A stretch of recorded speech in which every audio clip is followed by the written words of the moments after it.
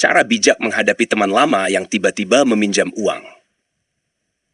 Hidup kadang membawa kita kembali bertemu dengan orang dari masa lalu, seringkali secara tak terduga.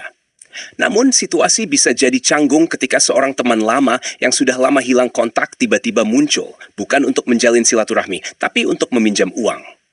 Momen seperti ini bisa bikin bingung. Bagaimana cara merespons dengan baik? Berikut panduan santai tapi bijak untuk menghadapi situasi ini, lengkap dengan data dan contoh nyata. 1. Pahami situasinya dulu. Sebelum memberikan jawaban, coba ambil waktu sejenak untuk menilai situasinya. Tanyakan pada diri sendiri, seberapa dekat hubungan kami dulu? Apakah dia teman dekat, kenalan biasa, atau hanya teman sekolah? Apa alasan dia meminjam uang? Apakah benar-benar darurat atau terkesan seperti memanfaatkan? Bagaimana kondisi keuangan saya sendiri?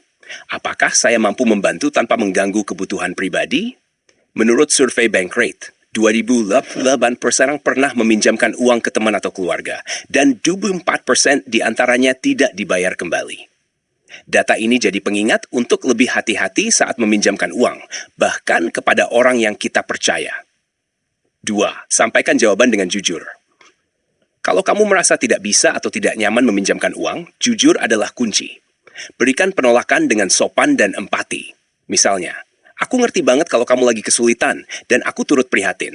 Tapi sayangnya, aku nggak bisa bantu pinjam uang saat ini. Aku doakan semoga semuanya segera membaik ya. Jawaban seperti ini tegas, tapi tetap menghargai perasaan mereka, tanpa memberikan harapan palsu. 3. Tawarkan bantuan lain selain uang.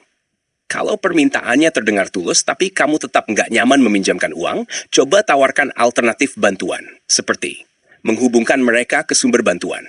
Misalnya, memberi info tentang program bantuan keuangan, komunitas sosial, atau platform crowdfunding seperti Kitabisa. Memberikan bantuan langsung. Kalau dia butuh uang untuk makan, tawarkan bantuan dalam bentuk sembako atau makanan.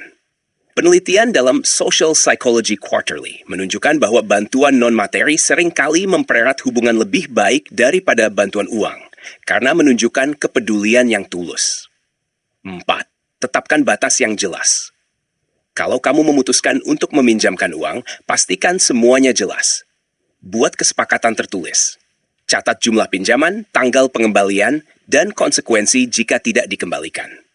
Anggap sebagai hadiah jika tidak yakin akan dikembalikan. Pakar keuangan Suze Orman menyarankan hanya meminjamkan uang yang kamu rela kehilangan agar tidak timbul rasa sakit hati. Contoh respons. Aku bisa bantu, tapi kita buat kesepakatan supaya jelas ya. Gimana kalau kita bikin rencana pengembalian? 5. Belajar dari pengalaman nyata. Kasus 1. Pinjaman berujung masalah. Sebuah survei oleh PayPal dan Ipsos menunjukkan bahwa 43% orang kehilangan pertemanan karena pinjaman uang yang tidak dibayar. Misalnya, seorang pria meminjamkan 15 juta ke teman masa kecil, tapi setelah itu temannya hilang kontak. Ia menyesal tidak menetapkan batasan sejak awal. Kasus 2. Bantuan alternatif.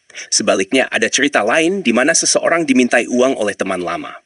Alih-alih meminjamkan uang, ia membantu temannya mendapatkan pekerjaan sementara. Cara ini tidak hanya menyelesaikan masalah keuangan, tapi juga mempererat hubungan mereka. 6. Waspadai potensi penipuan. Hati-hati jika permintaan terasa mencurigakan, terutama jika teman tersebut sudah lama tidak berkomunikasi. Tanda-tanda merah meliputi desakan yang berlebihan atau manipulasi emosional, kurangnya transparansi tentang alasan mereka, permintaan dalam jumlah besar tanpa rencana pengembalian yang jelas. Percayalah pada instingmu. Akhirnya, percayalah pada firasatmu. Jika permintaan terasa tidak tulus atau membuatmu tidak nyaman, tidak apa-apa untuk menolak.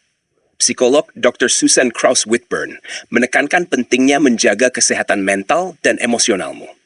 Kesimpulan, ketika teman lama tiba-tiba meminta pinjaman uang, penting untuk menyeimbangkan empati dengan logika. Evaluasi permintaan mereka, komunikasikan dengan jujur, dan pertimbangkan alternatif bantuan. Dengan menetapkan batasan yang jelas dan mendengarkan instingmu, kamu bisa menghadapi situasi ini dengan bijak,